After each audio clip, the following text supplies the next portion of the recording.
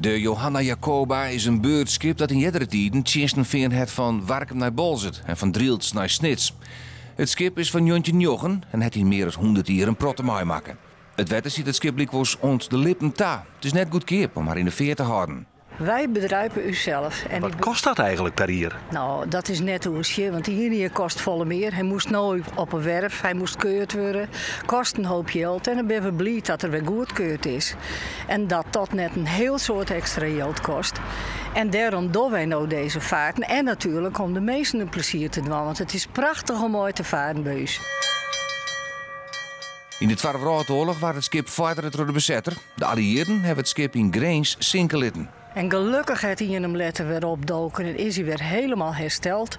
En kunnen wij er nou weer mee varen en mooi zien al dat er heel hard om werken. Net hier verzinnen het riel toen al je liefhebbers die het maar een hoop plezier doen. Na de oorlog kwam het weer in de veert. Van 1960 en 1992 het beurtskip omzwalk in Noord-Holland. Wat is het belang eigenlijk om dit schip te behouden voor de toekomst? Nou, sjodder maar eens goed, nou, dan wist het wel.